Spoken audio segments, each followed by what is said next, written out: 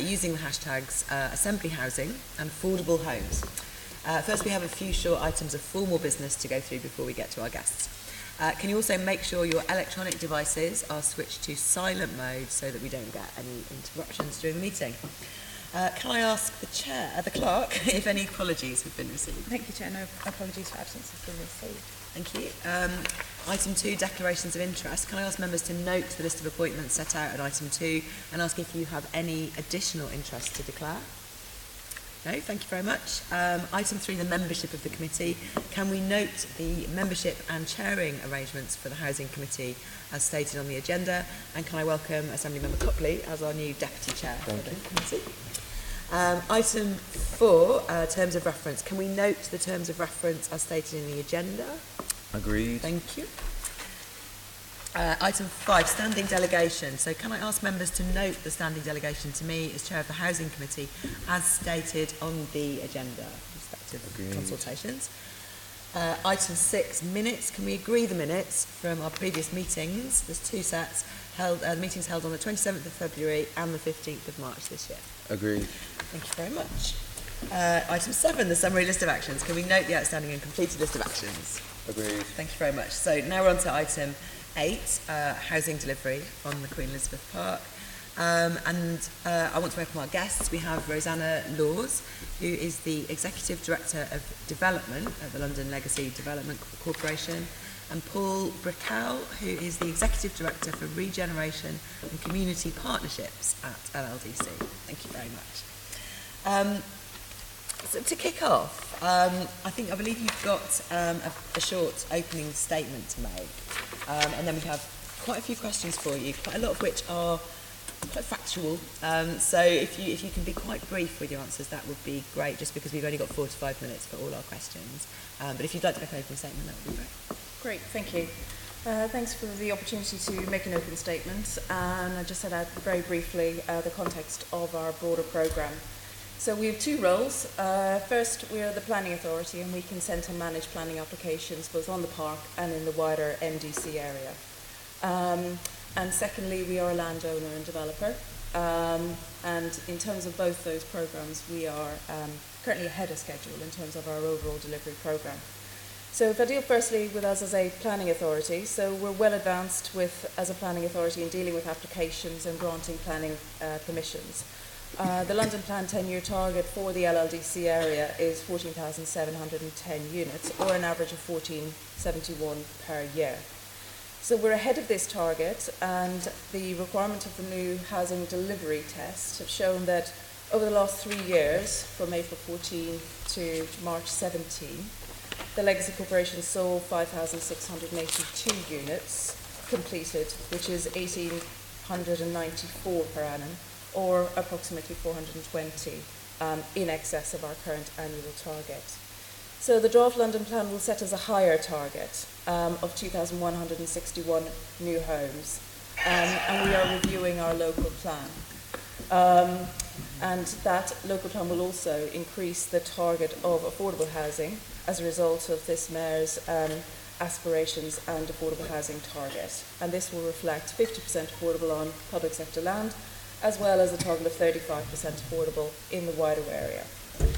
So secondly, turning to LLDC as a landowner. So we have developments on the park. We have consent for 5 new neighbourhoods, and we're already ahead of the original plans, the 2012 Legacy Community Scheme, where we have consent to deliver, as I said, five new neighbourhoods.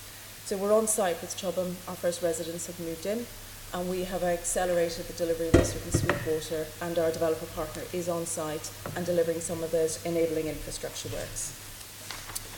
Important to delivering new homes and new communities and new neighbourhoods is the social infrastructure.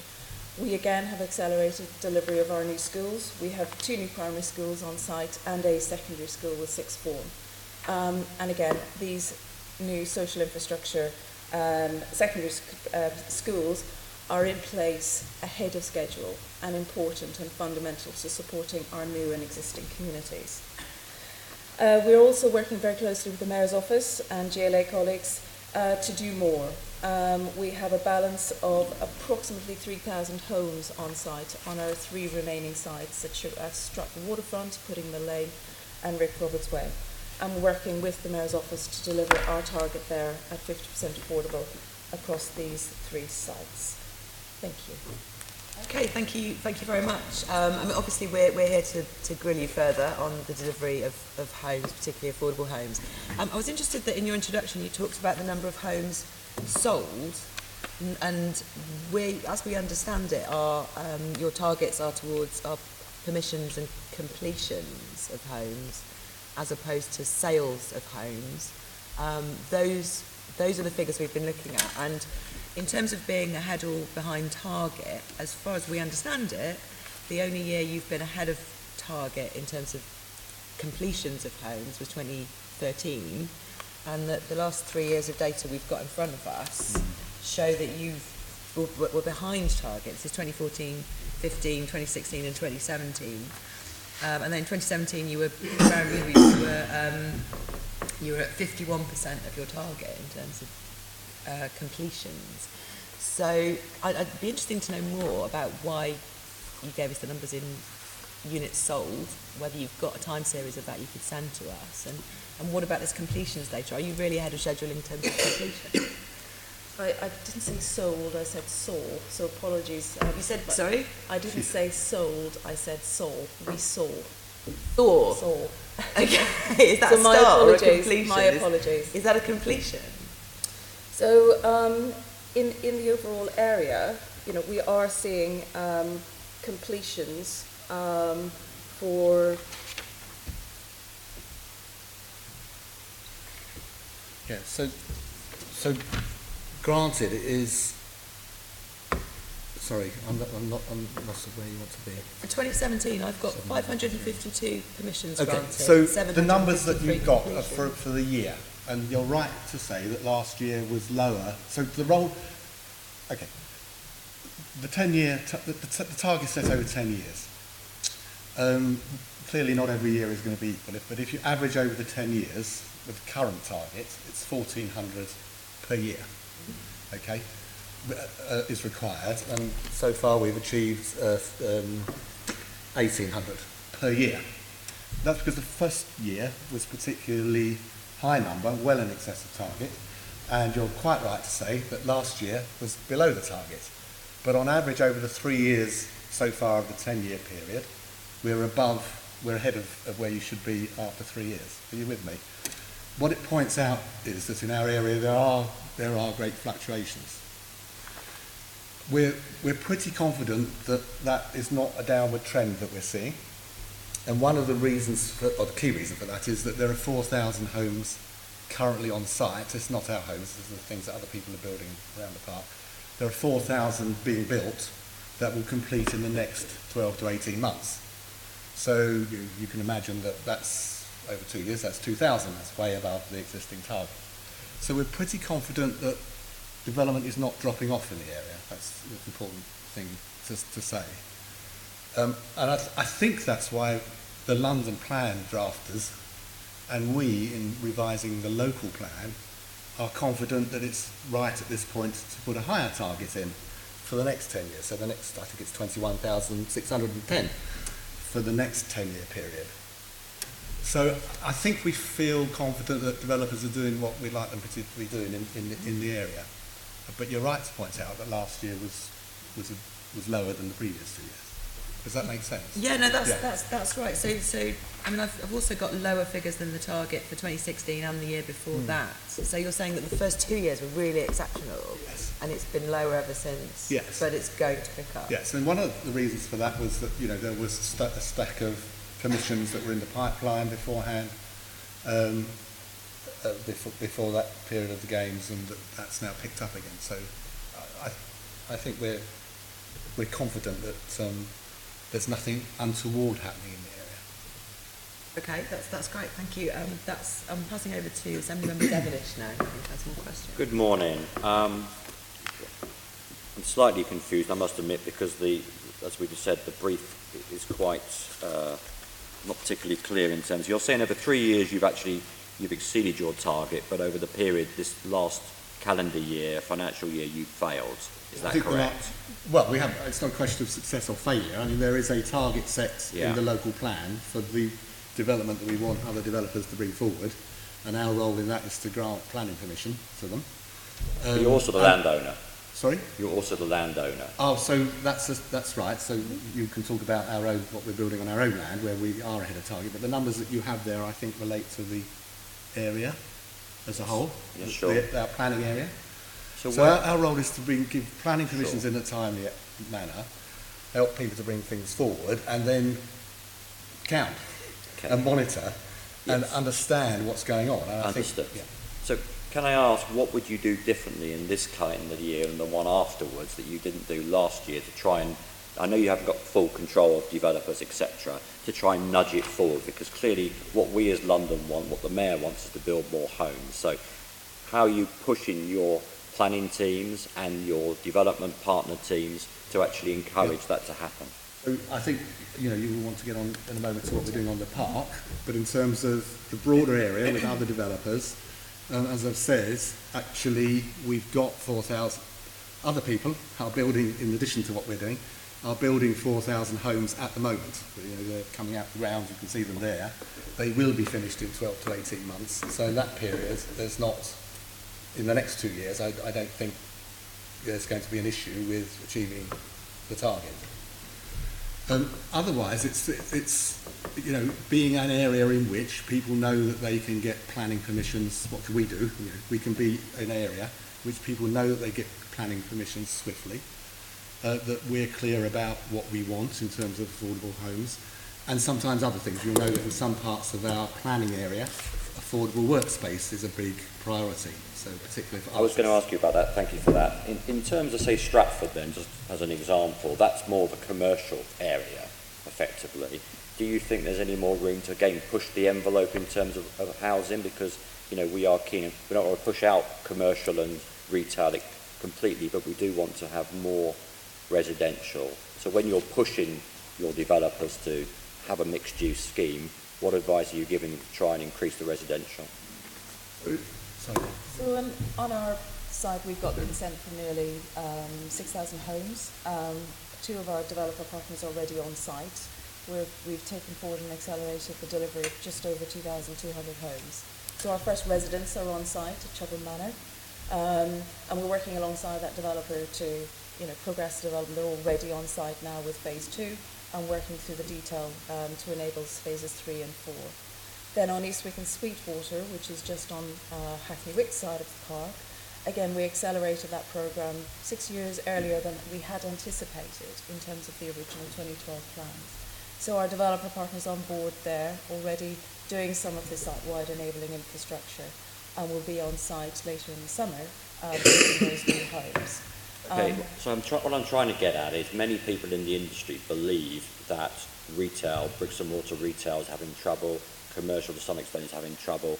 Is there any space, what I used the term the Mayor used yesterday was surplus land, if you like, keep it very simple. Is there any surplus land which at the moment is commercial or other uses other than resi, that you could push resi to actually beat the numbers rather than just meet the numbers, actually beat the numbers? We are very, apologies, but we are very focused on trying to build homes. Of course.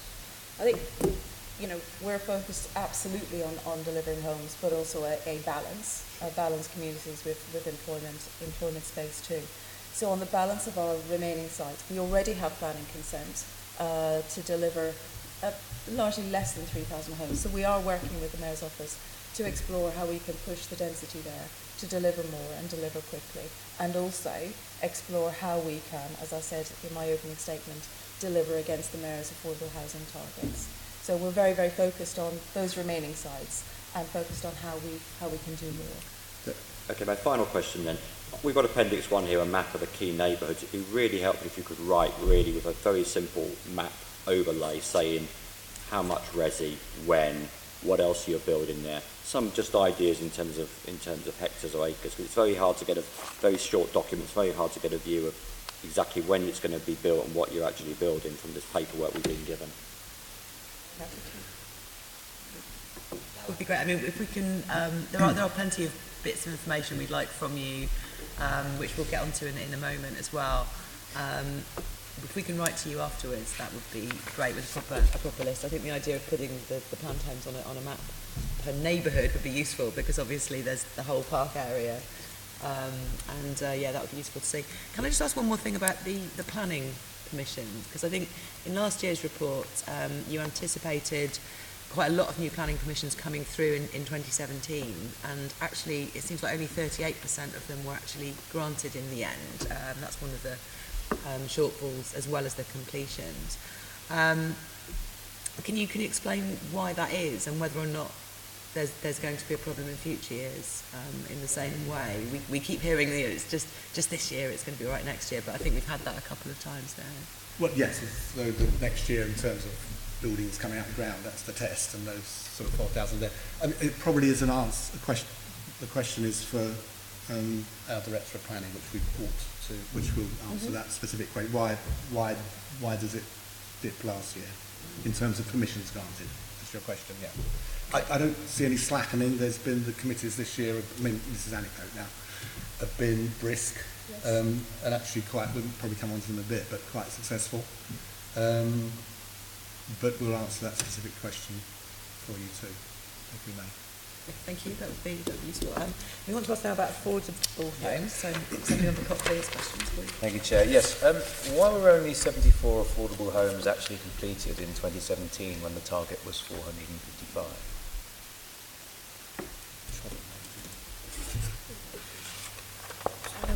So I think certainly on the park, in our first phase at Chobham Manor, there's about 259 homes, and of those is about 80 homes are affordable homes.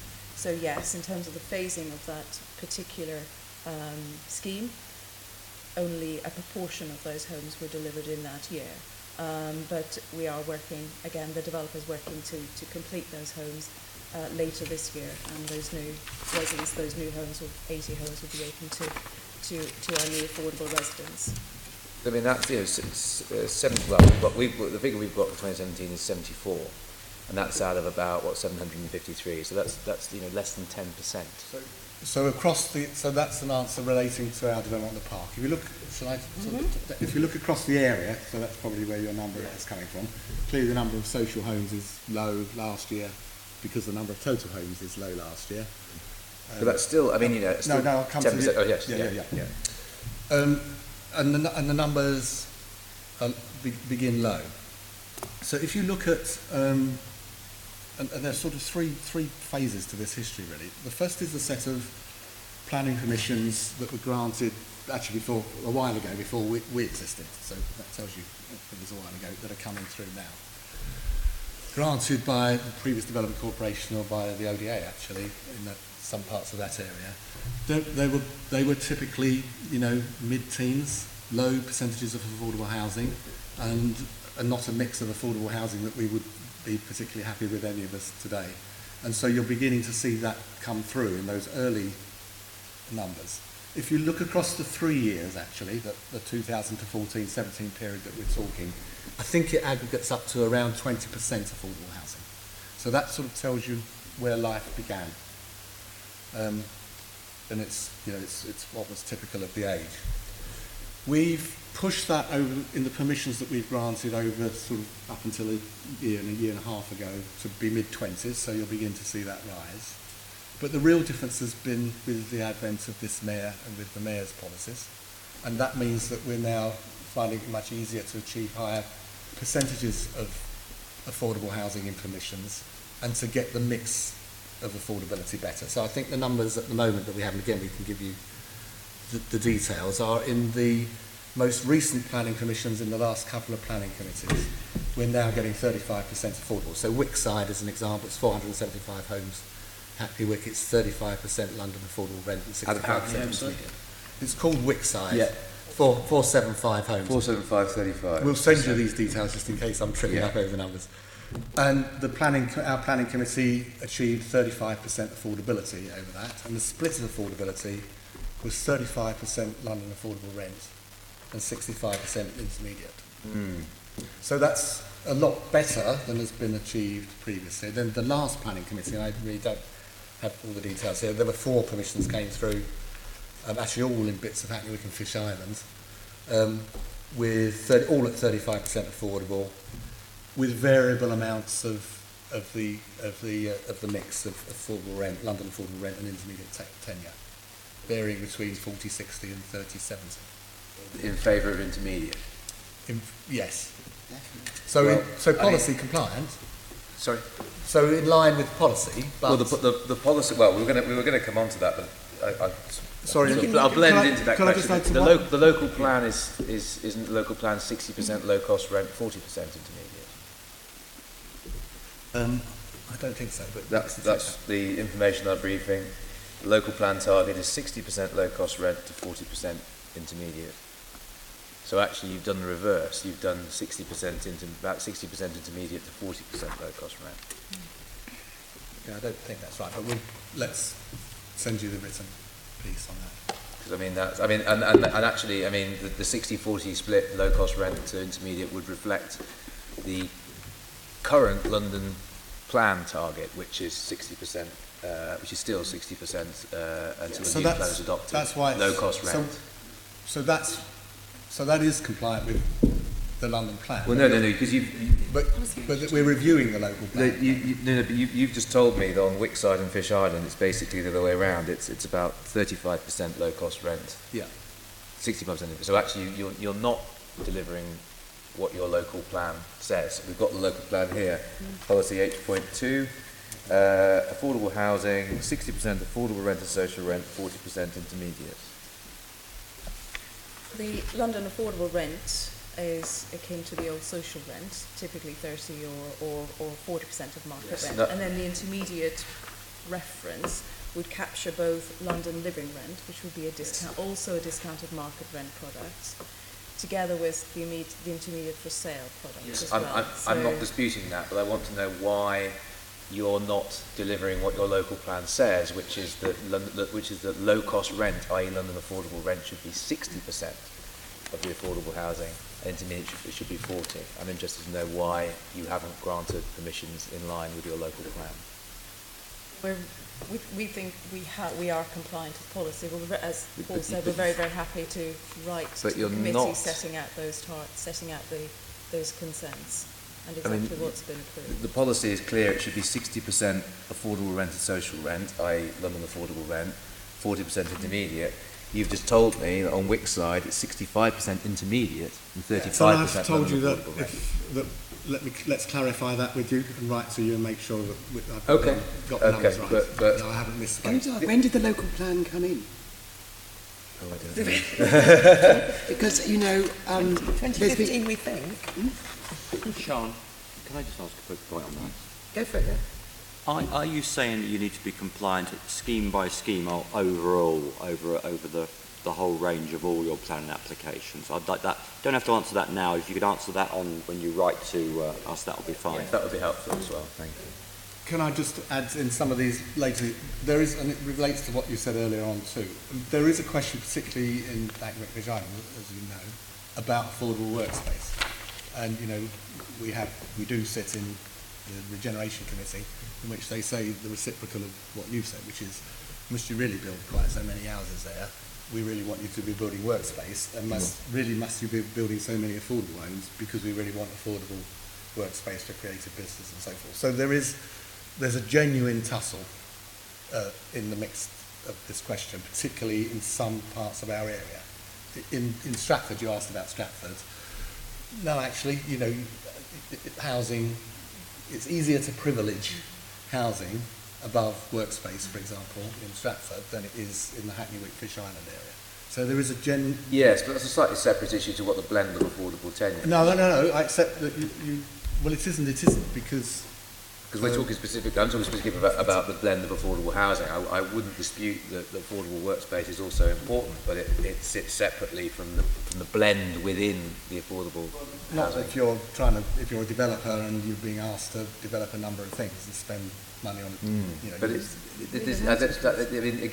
we're talking specifically here about affordable housing and the tenure blend within that. So I accept that. So you will get a clear answer to your question about affordable blends. But nevertheless, do be aware, I know you're aware, but there are other forums of this assembly Yes. who would be saying affordable workspace is really important, guys. Don't throw it all away. I think that is a little off the point. Somebody McGavran, did you have I'm just asking, is this section 106 or is this grant? 106. 106. Section 106?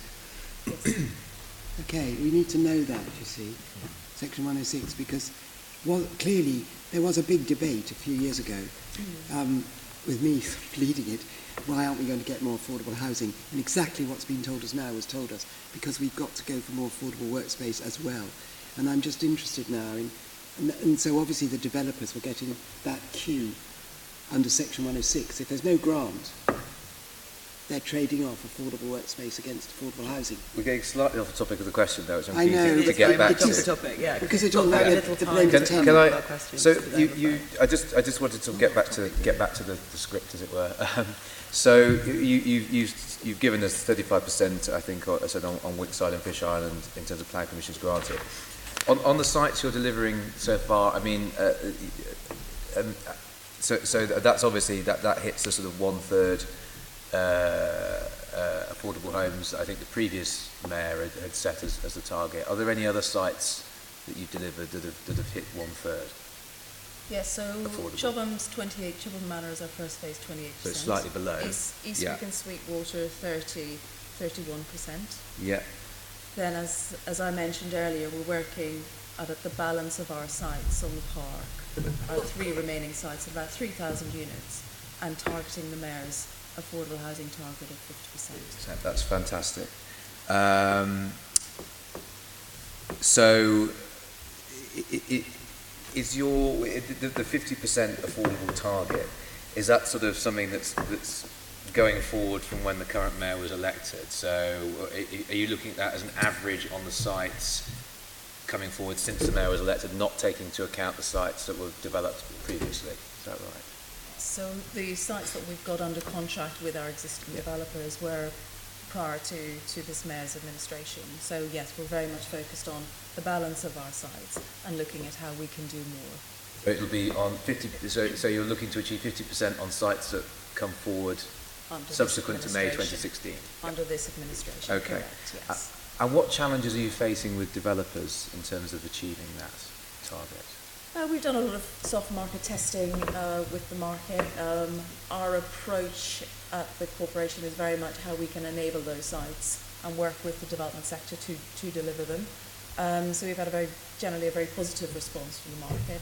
The market's keen to be innovative and explore opportunities to work with us and explore how they can do more. But I think, as Paul mentioned earlier, we do have a balance of priorities around affordable workspace and creating good quality neighbourhoods in line with the mayor's good growth policies, of which we share, and we've been working on that agenda since our inception. But I think generally very positive discussions with the market, and we'll continue those positive discussions together with the mayor and explore how we can hit those targets. And yes, if when you write to us, you could give us a breakdown of each site and the numbers and the percentage of affordable you expect to achieve, that would be very helpful. So we've touched on this next section, which is about the sort of the affordability within affordable housing. So of the 74 affordable homes completed in 2017, how many were for social or affordable rent, and how many were intermediate? Could we respond in writing? You need to on the write detail again. You need of to that, write to please? those. Okay. That'd be great. Thank you. Do you know why the last 2 monitoring reports haven't broken affordable permissions and completions down by 10 yet? We'll find out. Is it possible that in future we could get that information, and in future it could be published in a way that breaks it down by tenure, so that we know how many are shared ownership, how many affordable rent, how many London Living I rent? suppose the answer is I assume that the planning team reports what it's asked to report, so we'll get back to them and get a response to you from there. Fantastic. And I mean, we've already covered, I think, the next few questions on the tenure split, which I think you're going to write to us about. I think there's been some issues as well with, affordable Rentadar says that the sort of affordable with a capital A rent becoming unaffordable as market rents go up. What pressure have you been able to put on developers to keep affordable rents at genuinely affordable levels, particularly given the new mayor's commitment to genuinely affordable rents? The affordable housing is generally secured through a Section 106 agreement, which is a legal obligation on a developer to hold a proportion of those units together with a housing association in London affordable rent or the old social rent stock. And that would equally too apply to the balance of whether it be London living rent or indeed affordable rent. So it's generally a legal obligation on those developers, and that obligation is secured against the land. Is there any obligation beyond simply it staying at a percentage of market rents? Because obviously something that was affordable at, say, 70% of market rent in 2013, at 70% market rent now might no longer be affordable. Is there any other measure that can be taken to keep the rents down? Typically those rents will be index linked, and those legal agreements do tend to set out exactly what indices apply. And typically you find that detail also captured within the Section 106 agreement. So there are certainly mechanisms in those agreements to track and monitor growth and inflation. Can I add a couple of questions about that in that case? Those Section 106 agreements, you're the planning authority, you're reaching those agreements with developers. Are you seeking to change the kind of conditions you put on now? Like Assembly Member Cobley has said, if you're securing it as a percentage of market rents, but market rents are increasing a lot, and these are now boroughs where house prices and rents are rising some of the fastest in London. Are you going to seek to change those agreements now and peg them at a percentage of local wages, for example, to match the Mayor's definition now of what is genuinely affordable? Is that something you're seeking to do through planning in your area? Well, I think that's a question for our Director of Planning, but we'll certainly be working to ensure that our schemes, particularly on the park, are compliant with the Mayor's policy. And again, how we would capture those in agreements will also be indicative of local income levels and local rent levels. So we would very much work alongside the market to ensure that is the case. So I think, in short, we will be working alongside the Mayor and his policy to ensure that we are supporting that agenda. Okay, and when you say that there's monitoring built into the Section 106 agreements, presumably the Section 106 agreements are available to read. They're published alongside planning agreements and things like that. But if you're carrying out monitoring, does that then get published as well? So we can in some way as an assembly monitor the rents that are being paid under these agreements now. No, that's really fine. Sorry, there's a lot we don't know.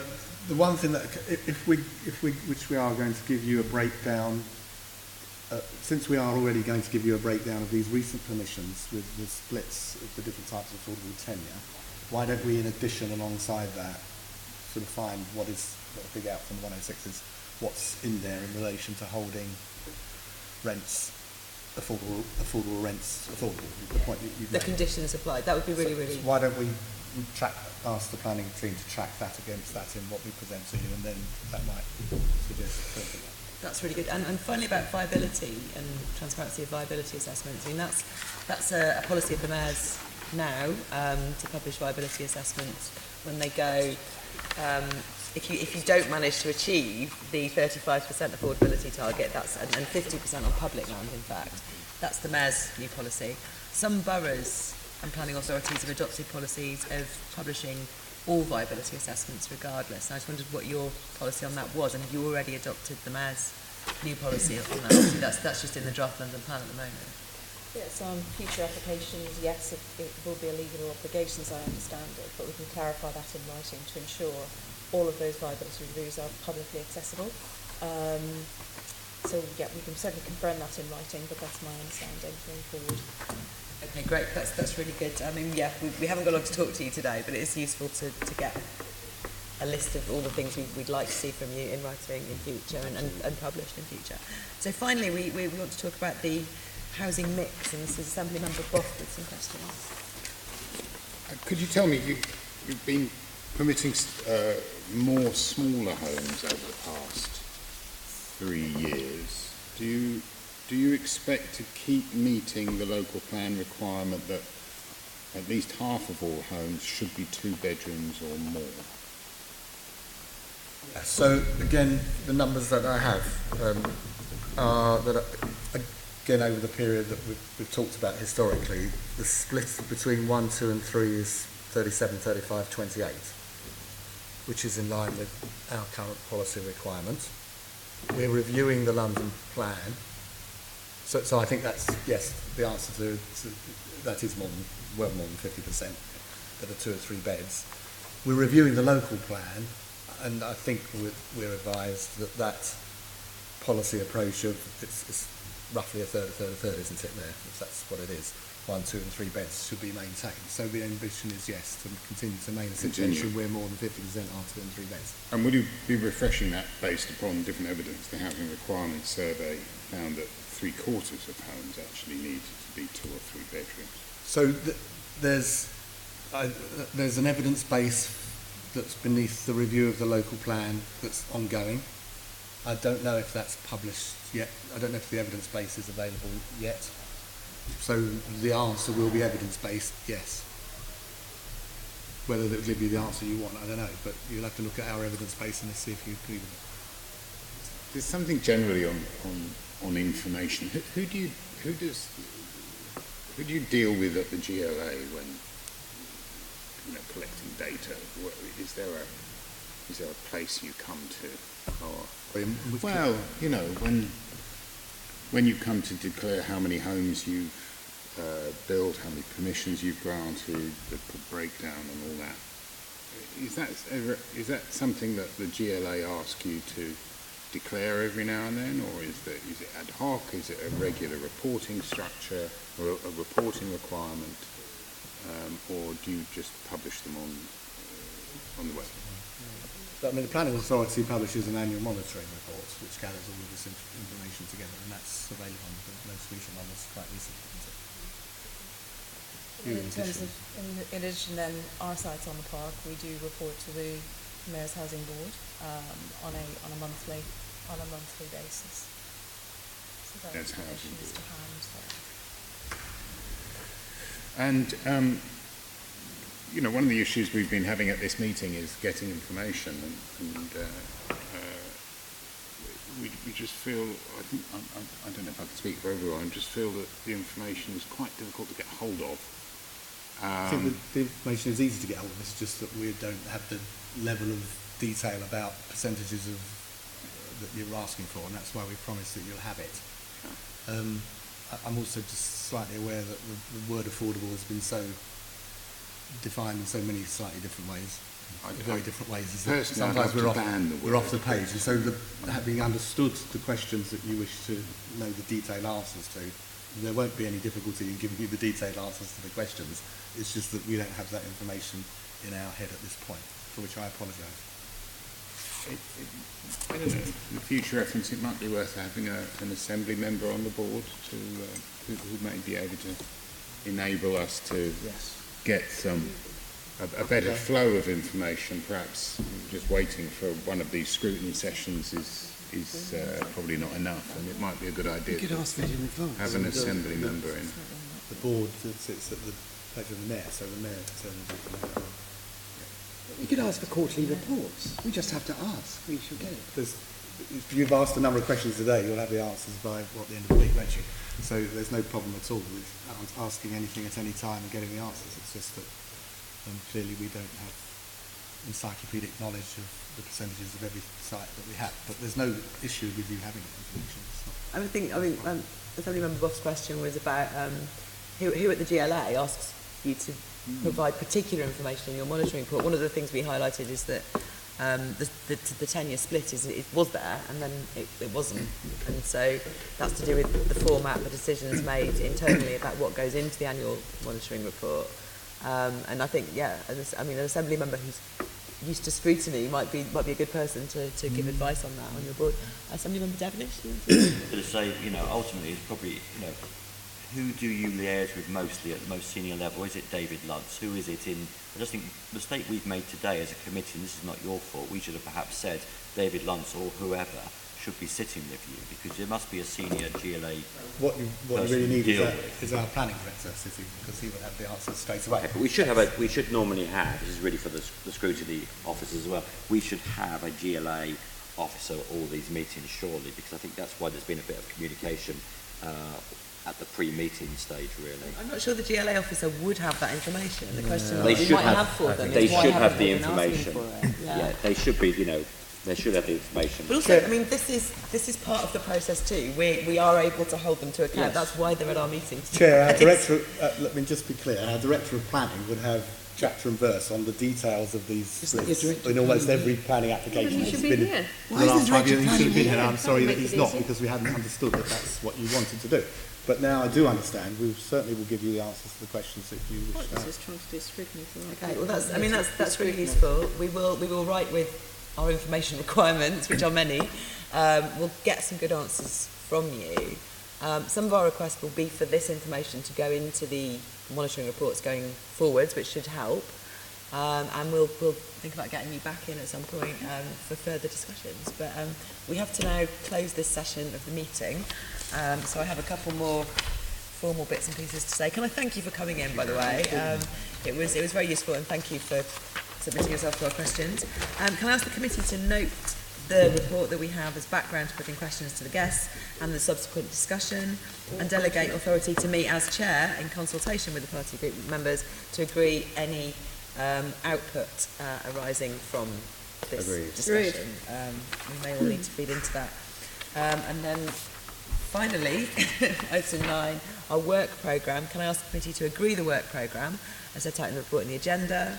Agreed. Agreed. And the next meeting is scheduled for the 3rd of July at 10 o'clock here. And there is no urgent business, so that concludes this meeting. Thank you.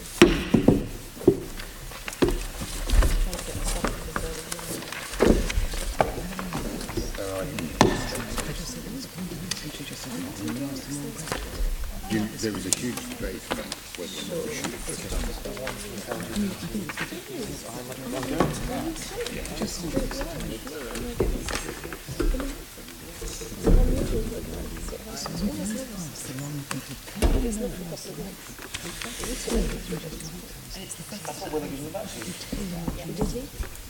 Well, I saw distracted my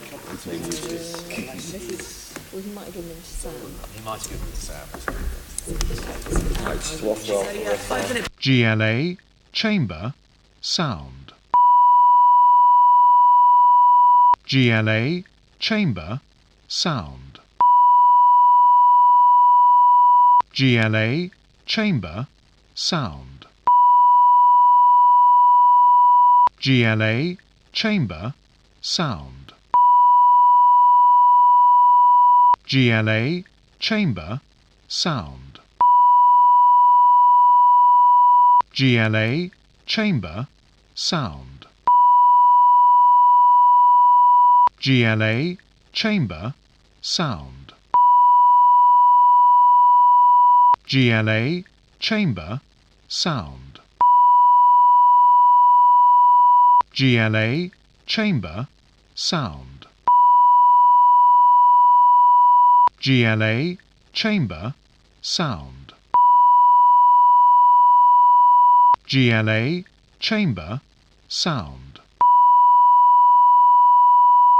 GLA, chamber, sound.